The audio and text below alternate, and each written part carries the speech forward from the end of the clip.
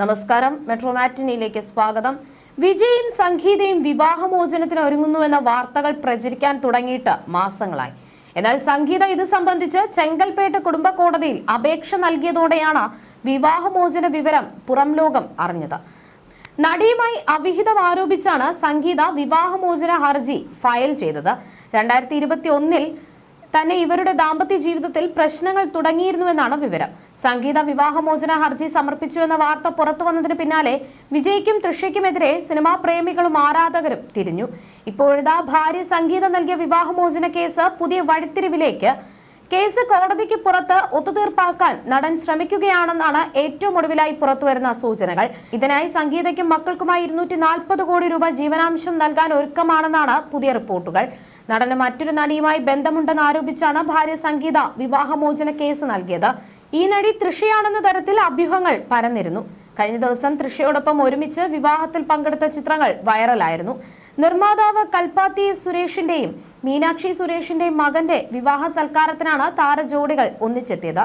വിവാഹമോചന വാർത്തകൾക്കിടെയാണ് താരങ്ങൾ ഒരുമിച്ച് എത്തിയത്. ഒരുമിച്ചൊരു കാറിൽ വന്നിറങ്ങിയ ഇരുവരെയും സ്വീകരിച്ച് വിവാഹവേദിയിലേക്ക് ആനയിക്കുന്നത് വീഡിയോയിൽ കാണാം. മാച്ചിങ് വസ്ത്രങ്ങളാണ് വിജയും തൃഷയും ധരിച്ചിരിക്കുന്നത് എന്നും ആരാധകർ കണ്ടെത്തി. ഓഫ് വൈറ്റിൽ ചുവന്ന ബോർഡറുള്ള കാഞ്ചീപുരം സാരിയും ചുവന്ന സ്ലീവ്ലെസ് ബ്ലൗസുമാണ് തൃഷ ധരിച്ചിരുന്നത്. വിജയാകട്ടെ ഓഫ് വൈറ്റ് സിൽക്ക് ഷർട്ടും മാച്ചിങ് മുണ്ടുമാണ് ധരിച്ചത്. 2021 തന്നെ ഇവരുടെ ദാമ്പത്യ ജീവിതത്തിൽ പ്രശ്നങ്ങൾ തുടങ്ങിയിരുന്നുവെന്നാണ് വിവരം.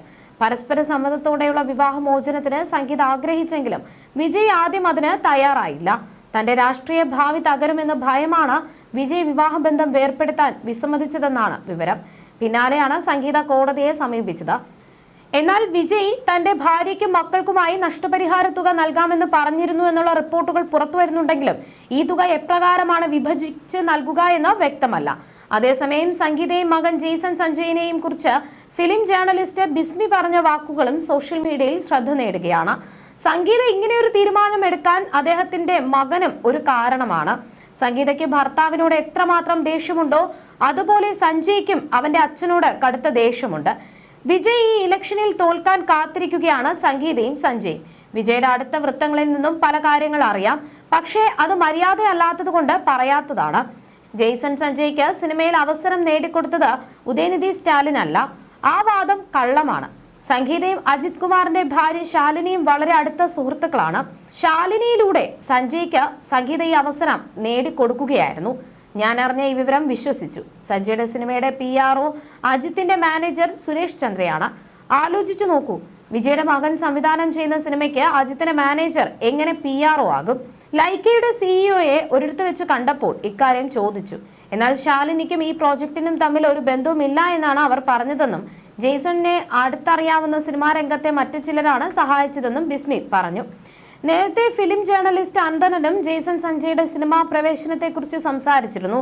വിജയുടെ അറിവോടെയല്ല ഇതെല്ലാം നടക്കുന്നത്.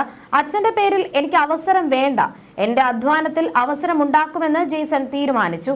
വിജയ് ഇതിലൊന്നും തലയിട്ടിട്ടില്ല. സിനിമ പ്രഖ്യാപിച്ചപ്പോൾ വിജയ് പ്രൊഡക്ഷൻ ഹൗസിന്റെ ഓഫീസിൽ പോയിട്ടുമില്ല. അതേസമയം വിജയുടെ അച്ഛൻ SAS ചന്ദ്രശേഖർ പേരമകനോട് സംസാരിക്കുന്നുണ്ടെന്നും അന്തനൻ പറഞ്ഞു. വിജയുടെ മകനായതിനാൽ പ്രൊഡക്ഷൻ ഹൗസിന് മാർക്കറ്റിംഗ് എളുപ്പമായി. വിജയുടെ സിനിമയ്ക്ക് ലഭിക്കുന്ന ഓപ്പണിംഗ് ഈ സിനിമയ്ക്കും ലഭിച്ചെന്നും അന്തനൻ പറഞ്ഞു. ആർഭാടങ്ങളോ അധിക ചെലവോ ജെയ്സൺ സഞ്ജയ്ക്കില്ല. വളരെ സിമ്പിളാണ്. രാവിലെ ഒരു സ്വിഫ്റ്റ് കാറിൽ ഓഫീസിൽ വരും.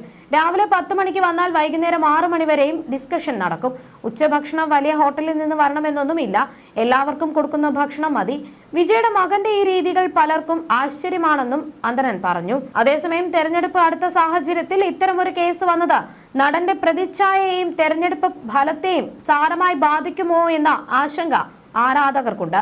എന്നാൽ വിജയുടെ ഭാവിക്കൊന്നും സംഭവിക്കുക ഇല്ല എന്ന് പറയുകയാണ് അഡ്വക്കേറ്റ് ജയശങ്കർ. വിജയിൽ നിന്നും വിവാഹമോചനം ആവശ്യപ്പെട്ട് കോടതിയിൽ ഹർജി സമർപ്പിച്ചിരിക്കുകയാണ് ഭാര്യ സംഗീത.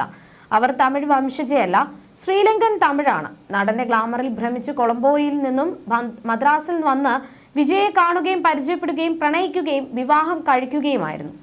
അതിൽ മുതിർന്ന 2 മക്കളുണ്ട്. ഇരുവരുടെയും ദാമ്പത്യത്തിന് 27 വയസ്സുണ്ട്. തൃഷയുമായി നടനുള്ള ബന്ധമാണ് സംഗീത വിവാഹമോചനത്തിന് ഒരുങ്ങാൻ കാരണം. ഒരുപാട് സിനിമകളിൽ ഒരുമിച്ച് അഭിനയിച്ച ശേഷം വിജയെയും തൃഷയെയും കുറിച്ച് ഗോസിപ്പുകൾ വരാൻ തുടങ്ങി. അതോടെ ഇരുവരും ഒരുമിച്ച് അഭിനയിക്കുന്നത് അവസാനിപ്പിച്ചു. പിന്നീട് 15 വർഷങ്ങൾക്ക് ശേഷം ലിയോ എന്ന സിനിമയിൽ ഇരുവരും ഒരുമിച്ച് അഭിനയിച്ചു.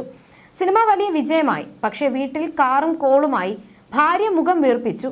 അവർ വേർപിരിഞ്ഞ് താമസം തുടങ്ങി. ഇപ്പോൾ വിവാഹമോചനത്തിനും ഹർജി കൊടുത്തു. തൃഷയോട് മാത്രമല്ല പല നടിമാരോടും പല കാലങ്ങളിൽ വിജയ്ക്ക് ബന്ധമുണ്ടായിട്ടുണ്ടാകും. അതിന് സകല സാധ്യതകളുമുണ്ട്.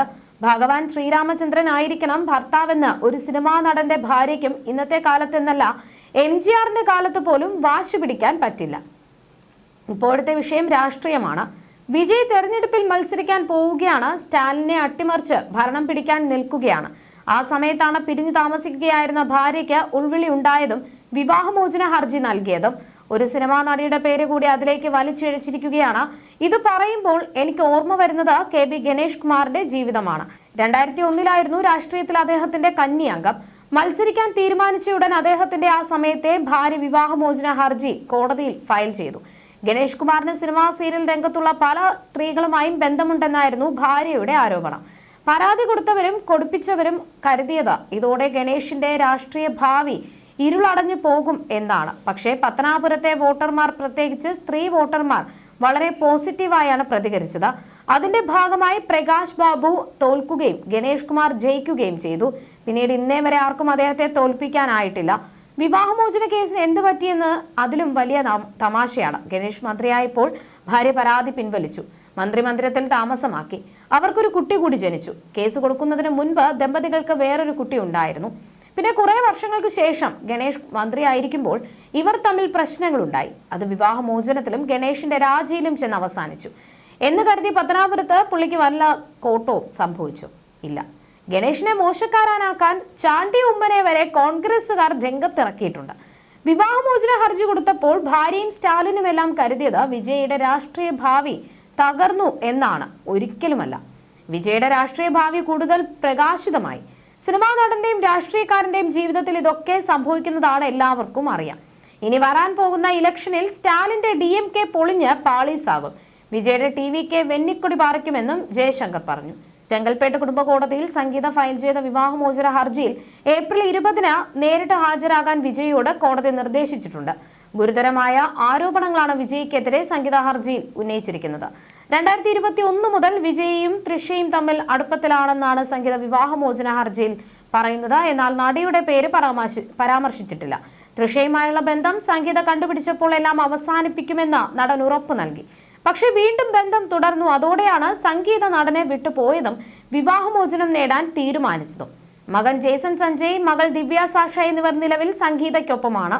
You're watching me on metromatney.com.